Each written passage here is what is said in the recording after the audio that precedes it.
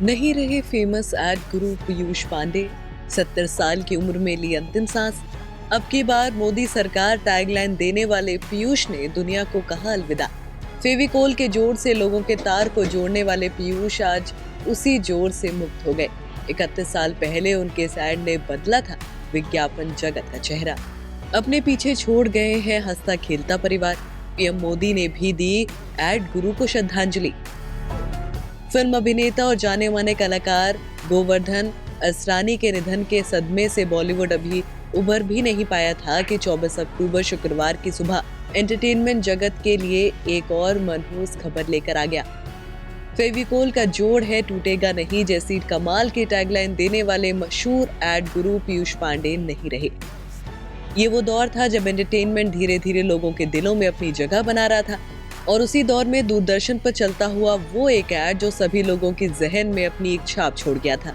उस ऐड से ज्यादा उसके बोल लोगों के दिलों को छू गए थे, और वो शब्द और किसी के नहीं बल्कि पीयूष पांडे के थे, जो कि आज हमारे बीच इस दुनिया में नहीं रहे।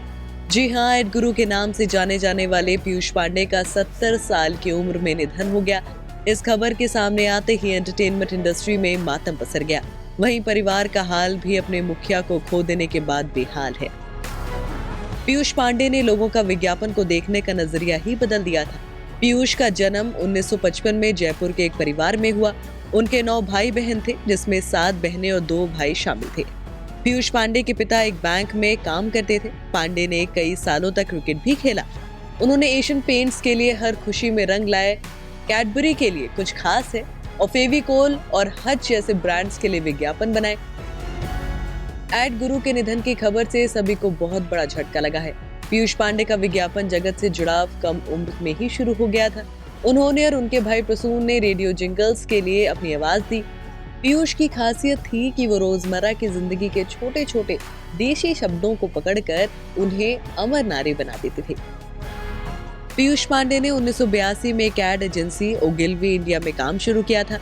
सनलाइट डिटर्जेंट प्रिंट विज्ञापन उनका पहला विज्ञापन था। 6 साल के बाद वो क्रिएटिव डिपार्टमेंट में आए, जहां उन्होंने कई यादगार विज्ञापन बनाए।